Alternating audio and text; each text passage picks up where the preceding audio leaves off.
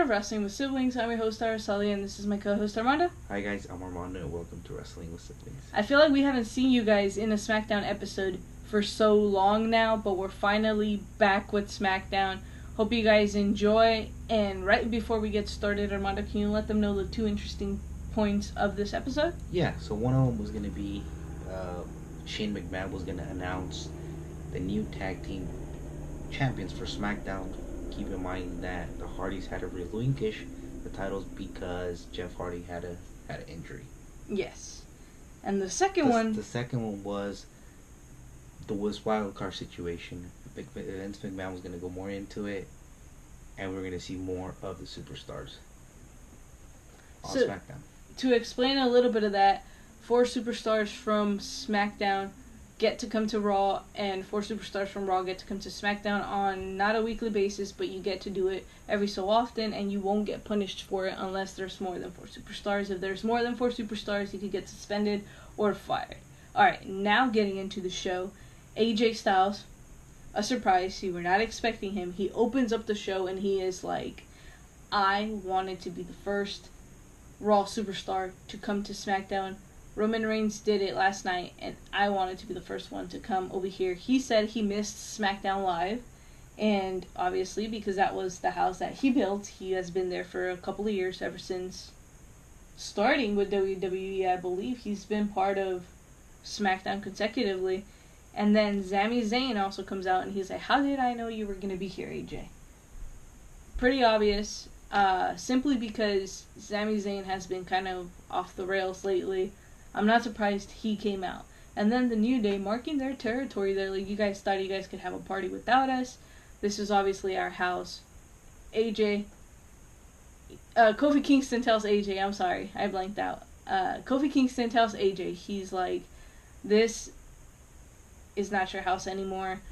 SmackDown is okay without you. You don't have to keep coming back over here. And then eventually it gets into a confrontation where Sami Zayn wants an opportunity at the WWE Championship, and AJ Styles also wants an opportunity at the WWE Championship. So what happens? We get a triple threat. That's going to be the main event. The winner walks out WWE Champion. And keep in mind, this wild card thing is going to cause a lot of confusion to everybody because you don't know who's going to show up and what happens if this superstar ends up winning this title on this brand. Are they going to be on that brand? So it's just going to cause a whole bunch of confusion, but at the same time it's exciting because it's something new. Exactly. The way things are going to go, I think it's going to end up working out, and it's going to be great. It's going to be such a headache because just think about this. We'll get into this very, very quickly. If, for some reason, either Sami Zayn or AJ Styles were to defeat Kofi Kingston, does this just mean SmackDown is left without a champion? Does this mean that superstar now moves brands yet again to fulfill their obligation on SmackDown Live? So a lot of confusion, a lot of headache. We'll see how it works out in the next... moving forward, I guess. And, what it's starting to look like that it's going to be a one-brand thing again. You're going to have SmackDown and Raw, but it's going to be pretty much, if anything, combined. Yeah, the brand extension, the brand split, whatever you want to call it, will end up leaving at some point, is what I feel. It's what it looks like with this wild card thing. But yet again, we'll see where it goes and what happens. Yes. Alright, the very first match of SmackDown Live, Ali versus Andrade with Selena. Another 2 superstars that I feel are evenly matched. Absolutely incredible. Every time we see Andrade, he just never fails to surprise me. Never. Ali, imagine what he's going to be able to do inside of the ladder match. We already mentioned it on the Raw episode. Ricochet is one of the ones you're looking forward to seeing. One of the ones I'm looking forward to seeing is Ali and Andrade in that Money in the Bank ladder match. Finn Balor as well. He's got a lot to offer in that match. But another thing too that I like about Andrade is after WrestleMania, he seems more focused on what he wants in his career, and he wants the championship opportunity, and this Andrade is making him even more dangerous than the Andrade before WrestleMania. He is willing to do whatever it takes to get that win, and same thing with Selena. We've seen Selena interfere in a couple of his matches, and she's doing it more often.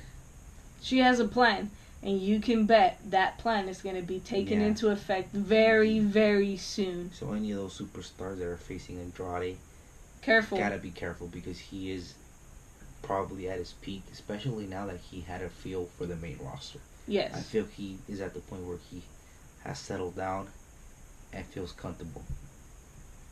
Yeah, 100% agree with you on that one. He dominated the majority of this match. Ali able to capitalize here and there, but Andrade did a fantastic job keeping him down. I feel like Selena played a huge role into this because she was getting inside of his head, but it will be super interesting to see where Ali goes going into this Money in the Bank match and after. I think Ali still hasn't reached his full potential because of his injury. I think that kind of affected him a little bit and it's costing him a little bit to get back on top. And we didn't get to see who the winner of this match was because Randy Orton decided to come out and RKO everybody. He has the best move in all of WWE, as Armando has said before. He pretty much got him mid-air to both Andrade and Ali. I say Andrade could have just left as soon as he saw what was going to happen to Ali getting RKO'd, but he didn't, and he ended up taking an RKO as well. Yeah, he has mastered that RKO, kind of like, and this is where the comparison I said on the Raw podcast, he has mastered that RKO just like McIntyre has mastered that Claymore kick. He just is able to execute that Claymore kick in such short distance. 100% agree with you on that one. Alright, moving on to Shane McMahon, who obviously had the announcement to make. He was going to be crowning new WWE SmackDown Tag Team Champions, and he pretty much comes out and he's like, hey, I already know who I'm going to be picking. And to our surprise, he ends up picking Daniel Bryan and Rowan, and the Usos, who came from Raw. They're like, no, I feel like they should earn it. You shouldn't just hand it to them. We worked very, very hard to make the tag team division very, very relevant, and I don't think you should just hand it out to them. And so that's when they open the challenge pretty much, and this is when Shane is like, yep, we're going to have this match. So the Usos versus Daniel Bryan and Rowan, the winner of this match, becomes SmackDown Tag Team Champions. Obviously in this match, the difference was going to be Eric Rowan. Yeah, the power. We definitely saw that in this match. Two tag teams that know each other so well. Probably the only difference is that the Usos have been a tag team since day one. Yeah. But you also have to keep in mind, once Daniel Bryan and Rowan started teaming up, they both became dangerous. A lot more dangerous than what they were already as singles competitors. Obviously, the game changer in this match was obviously Rowan because of the power that he has. He completely manhandled Jimmy at some point, and they did a fantastic job keeping him isolated, keeping one of the Usos down at all times. And once the Usos were able to capitalize, it was a game changer. But I mean, they dominated the Usos. They were just impressive, and another match that proves why the Usos are by far the best tag team in the WWE. 100%. And Rowan and Daniel Bryan were able to come out strong and were able to crown themselves pretty much SmackDown Tag Team Champs. So now it's going to be interesting to see who beats them, who defeats them, because when Daniel Bryan was champion, it took him a while to lose the championship. It wasn't up until he got the new championship that he lost. I would have done things a whole lot differently with the SmackDown tag team titles. I would have done a little mini tag team tournament that ends up culminating at Money in the Bank. But again, Shane McMahon doing what's best for business. Yes. And then Shane comes out again. He has another announcement regarding the Money in the Bank matches. I was looking forward to see what this was going to be. And in my opinion, I think it was going to be that whoever won could cash in on either brand. It seemed like the logical announcement simply because what other announcement are you going to make? We already know the rules to the Money in the Bank. We already know everything about the Money in the Bank match. But before he can even make that announcement, Miz comes out and he attacks Shane McMahon. But Shane was ready. Shane had backup.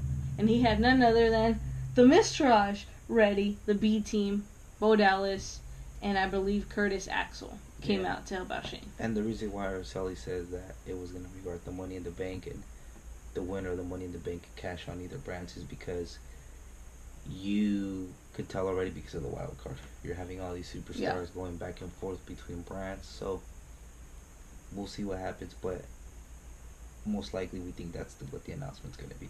Yes. And what do you think about the Mr. and the B team? I think that they shouldn't have messed with the Miz. That the Miz is probably going to have a plan to get back at them. He's probably going to attack them. But again, hey, you got to do what you got to do when they're out there defending the boss. Do not be surprised if you see the Miz lots and lots and lots of times on SmackDown Live, because he has a feud with Shane McMahon. And now with the Mr. Rush. Exactly. Which is now the B team. Alright, going on to the women, Ember Moon and Carmella versus Mandy and Sonya. Disappointed this match was less than 5 minutes long. Usually I'm never disappointed with the women's matches, and it was great. Don't get me wrong, I was very impressed by Carmella, very impressed by Mandy Rose. I feel like they are definitely the breakout stars of this match, and if not the women's division, sorry, I was going to say the tag teams division. And I feel like Ember Moon, you already know she's dangerous, and you have to keep a very, very close eye on her. Sonya Deville, same thing. You know she's talented, you know she's athletic, you know she's going to go far. You just got to keep an eye on her, and it's sad that this match didn't go on any longer. Yeah, we already seen what Ember, like you said, what she can do with Carmella. They both had an amazing year, and I think it's now time for Mandy and Sonya Deville to step up and be like, look, we're the next generation of the women's tag team. Yeah, if you can call it generation, because, I mean, you know, it's kind of hard to put it into terms, but definitely Sonya Deville is one that has caught my eye since the Royal Rumble. I feel like that's when she really demonstrated this is what Sonya Deville is capable of doing. And I feel that partnering Mandy and Sonya has really helped benefit both of them, and I think both of them are ready for singles competition. The one thing I'm upset about, though, and this is pretty much irrelevant to this match, the Iconics. It's been 2 weeks. They haven't been on TV. They haven't been on Raw. They haven't been on SmackDown. And that right there is like, Sasha and Bayley worked extremely hard for this, and now they're not even on TV. You know why? It's the life of a champion. They're out there doing interviews. Okay, yes, but iconic. Yes, I agree with you on that one. I get that point, but it's like, you gave us the tag titles to make it mean something, to solidify the women's division. Alright, but enough of that. I'll get into that on the next episode.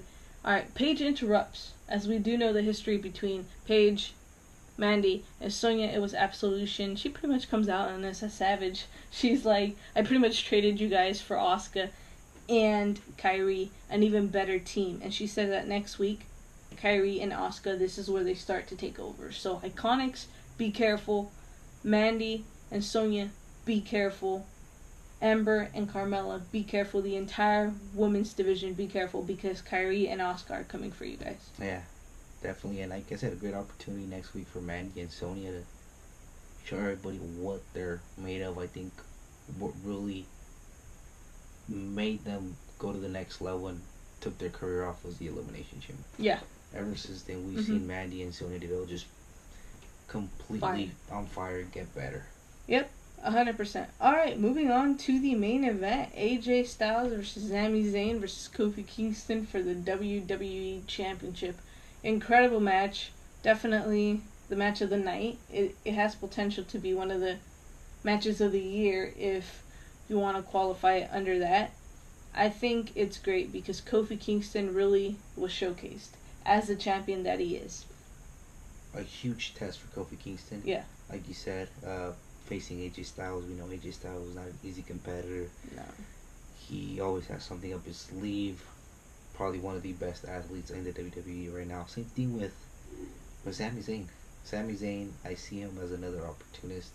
He's just waiting for that opportunity to capitalize, and this was his opportunity.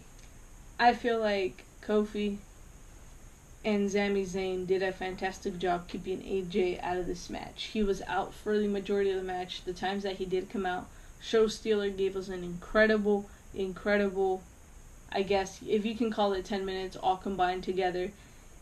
He did amazing, but he was probably the easiest target because, as you said, he is probably one of the greatest wrestlers. And Kofi knows that. Sami knows that. And what did? They kept him away. And they kept him down. And that benefited both Sami and Kofi in the long run. And Sami Zayn looked better than ever. Yes. He's just after his injury. It looks like he worked hard to get where he's at right now, and I like what they're doing with them. Something new, pretty creative, and we'll just see where it goes. Yeah, you don't see what Sami Zayn is doing very, very often, and I think it's great. I like it. And will we possibly see an alliance again with Kevin Owens? Even though Kevin Owens came out and pretty much interfered in the match and helped Sami Zayn try to get the victory, but end up failing. I feel tricked. From what I understood at the beginning of the show, it was his birthday. He wasn't supposed to be there. He was in a car. The next thing you know, he shows up, and I'm just like, what is he doing now? Don't get me wrong, I love Kevin Owens, but I was just like, really? Well, he was on a car on his way to SmackDown, apparently. Playing those mind games, and that's why Kevin Owens is extremely great at what he does.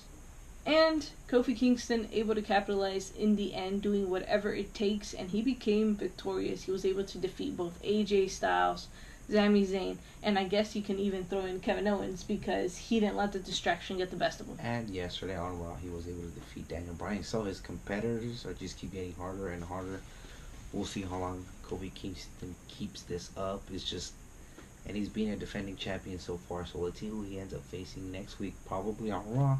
Yeah. If they decide to show up on Raw or on SmackDown, vice versa. One thing before we do let you guys go that I do want to mention is, so far from what I've seen from Kofi Kingston in the last, 3 weeks, month, let's say a month, I think he's done fantastic job with the championship. He's had an amazing reign, including his matches. So I feel like he shouldn't lose it till at least SummerSlam, if not a little bit before that. But I think he's deserving of a long reign. I have to agree with you. So far what he has shown as a singles competitor. If you keep in mind, we hadn't seen him in a singles competitor up until his title opportunity. So hopefully he does get a long title range, and we'll see what happens. Yeah, for sure. Alright, that's all we have for you guys on this episode of Wrestling with Siblings. Remember to like, comment, share, and subscribe. Follow us on Twitter, follow us on Instagram, tag us, tweet us, DM us. We always have time for you guys. We always respond to you guys. And for those of you that do not know what WWS stands for, Armando, what does WWS stand for? Wrestling with Siblings. Thank you guys so much, and have a great day.